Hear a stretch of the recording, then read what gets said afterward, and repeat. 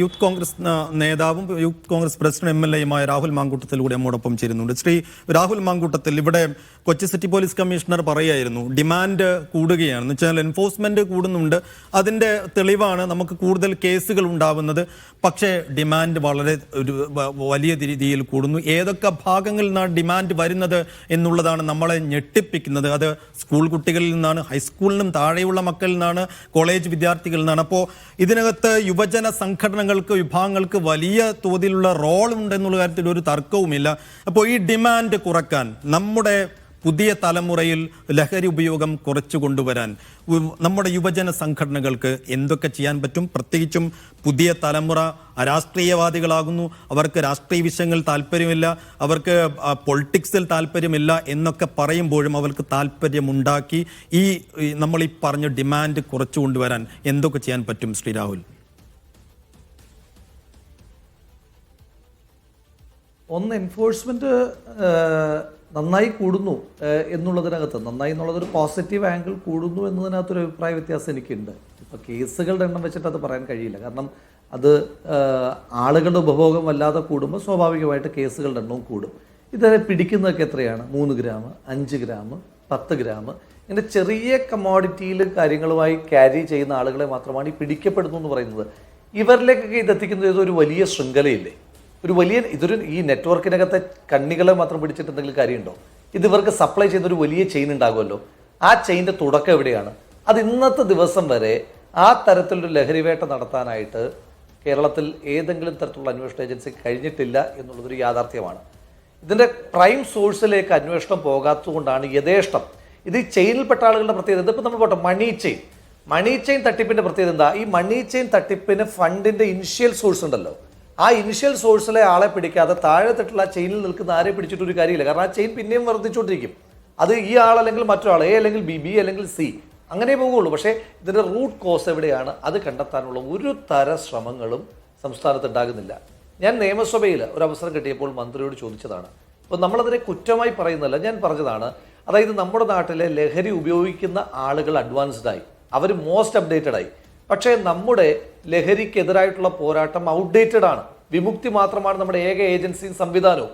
ആ വിമുക്തി അപ്ഡേറ്റ് ചെയ്യേണ്ടതെന്ന് ചോദിക്കുമ്പോൾ ഒരു ഫോൾസ് ഈഗോയിൽ നിൽക്കുകയാണ്. ഇല്ല, ഇത് ഏറ്റവും ഗംഭീരമാണ്, ഏറ്റവും കുറ്റമറ്റതാണ്. എന്നാൽ ഫോൾസ് ഈഗോ വിട്ടാന്ന് ഞാൻ പറഞ്ഞതാണ്. ഞാൻ യൂത്ത് കോൺഗ്രസിൻ്റെ അധ്യക്ഷൻ എന്ന നിലയിൽ, ഒരു യുവജന പ്രസ്ഥാനത്തിൻ്റെ അധ്യക്ഷൻ എന്ന നിലയിൽ കുറ്റം പറയാൻ വേണ്ടി പറയുന്നതല്ല. നമ്മളെല്ലാവരും സഹകരിക്കാൻ തയ്യാറാണ്. യുവജന പ്രസ്ഥാനങ്ങളെ കൂടി, വിദ്യാർത്ഥി സംഘടനാ പ്രസ്ഥാനങ്ങളെ കൂടി വിശ്വാസ്യതയിലെടുത്ത് ഏതെല്ലാം തരത്തിൽ അത്യാധുനികമായിട്ടുള്ള സംവിധാനങ്ങൾ ഇതിനെ സ്ക്രൂട്ടനൈസ് ചെയ്യാൻ, ഇതിനെ പോലീസ് ചെയ്യാൻ ആയിട്ട് ഉപയോഗിക്കാൻ പറ്റുമെന്നതിനെ പറ്റി ഗൗരവതരമായ ഒരു ആലോചന വേണ്ടേ? ആ ആലോചന പോലും ഇല്ല. അതെല്ലാം പെർഫെക്റ്റ് ആണ് എന്ന് അന്വേഷണ ഏജൻസികളും അതുപോലെ തന്നെ സർക്കാരും ഒരു ഫോൾസ് ഈഗോ കാണിക്കുന്നതുകൊണ്ടാണ് 10ാം ക്ലാസ്സിൽ പഠിക്കുന്ന കുട്ടികൾ അവർ ഒരു പെട്ടെന്നുണ്ടാകുന്ന സംഘർഷത്തിൻ്റെ ഭാഗമായ കൊലപാതകമല്ല, ആ ആളെ കൊന്നാൽ ഞങ്ങളുടെ പേര് കേസെടുക്കില്ല, ആൾക്കൂട്ട കൊലപാതകം കേസല്ല എന്നൊക്കെ ധാരണയുണ്ടാക്കിയിട്ട് ഒരു ചെറുപ്പക്കാരനെ കൊല്ലുകയാണ്. കോളേജുകളിൽ റാഗിങ് യഥേഷ്ടം നടക്കുകയാണ്. അപ്പോൾ അതുകൊണ്ട് ഇതൊരു വലിയ ക്യാമ്പയിൻ ആവശ്യമാണ്. അതുപോലെ തന്നെ പോലീസിങ്ങും ആവശ്യമാണ്. അപ്പം നമ്മൾ ഈ ചെറുപ്പക്കാർക്ക് ഓൾട്ടർനേറ്റീവ് അഡിക്ഷൻസ് കൊടുക്കണം. ഇപ്പോൾ ഈ ഒരു വലിയ എനർജി ലെവലുള്ള ഒരു പ്രായമാണ് ചെറുപ്പക്കാരുടേത്. ഇപ്പോൾ ഒരു കാലഘട്ടം ഉണ്ടായിരുന്നല്ലോ, എൻ്റെ മകൻ അല്ലെങ്കിൽ എൻ്റെ മകൾക്ക് വിദ്യാർത്ഥി സംഘടനാ പ്രവർത്തനത്തിലൊന്നും താല്പര്യമില്ല എന്ന് പറയുന്നത് ഗമയായി നടന്നിരുന്ന ഒരു ഇടക്കാലഘട്ടമുണ്ട്. ആ കാലഘട്ടത്തിൽ നിന്ന് മാറ്റം വരണം. ഇവർക്ക് ചെറുപ്പക്കാർക്കൊരു വലിയ എനർജി ഉണ്ട്. അവരുടെ ആ എനർജിയെ അത് രാഷ്ട്രീയത്തിലേക്ക് ചാനലൈസ് ചെയ്യാം, അവർക്ക് കായിക മേഖലയിലേക്ക് ചാനലൈസ് ചെയ്യാം, കലാരംഗത്തേക്ക് ചാനലൈസ് ചെയ്യാം.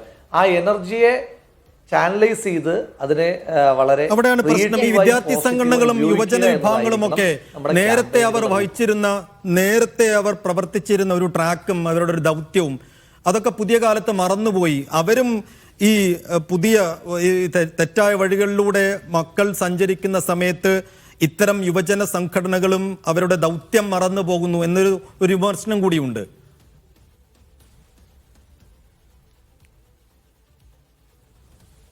ഇല്ല, എനിക്ക് അങ്ങനെ യുവജന രാഷ്ട്രീയ നേതൃത്വമോ അല്ലെങ്കിൽ വിദ്യാർത്ഥി രാഷ്ട്രീയ നേതൃത്വമോ ഇതിൽ നിന്ന് മാറി നിൽക്കുകയല്ല.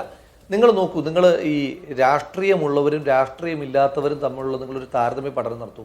ആ താരതമ്യ പഠനം നടത്തിയാൽ രാഷ്ട്രീയത്തിലുള്ള ആളുകൾ ഇത്തരം കേസുകളുടെ ഭാഗമാകുന്നത് തുലോം തുച്ഛമായിരിക്കും.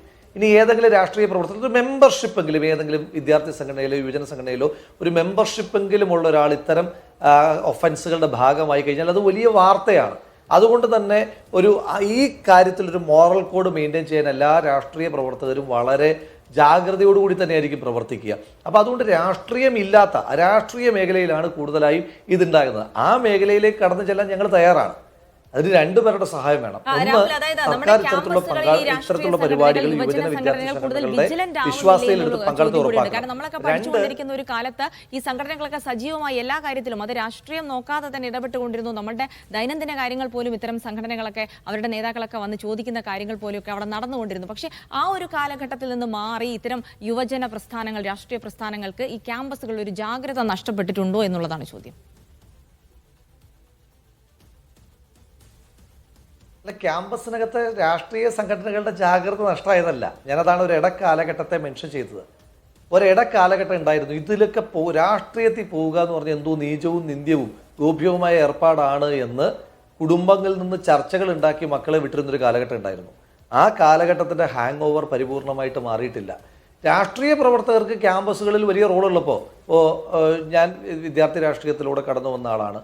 അപ്പോൾ ആ സമയത്ത് ക്യാമ്പസിനകത്ത് ഇത്തരം കാര്യങ്ങളുടെ ഒരു പരിപൂർണമായ മോണിറ്ററിംഗ് വിദ്യാർത്ഥി സംഘടനകളാണ് നടത്തുന്നത്. അവിടെ റാഗിംഗ് ഉണ്ടാകാറില്ല, അവിടെ ലഹരി പദാർത്ഥങ്ങളുടെ കടന്നുകയറ്റം ഉണ്ടാകാറില്ല. അപ്പോൾ വിദ്യാർത്ഥി രാഷ്ട്രീയ നേതാക്കന്മാർക്കും വിദ്യാർത്ഥി രാഷ്ട്രീയ സംഘടനകൾക്കും റോളുള്ള ക്യാമ്പസുകളിൽ ഇത്തരം ആക്ടിവിറ്റീസ് വളരെ കുറവാണ്.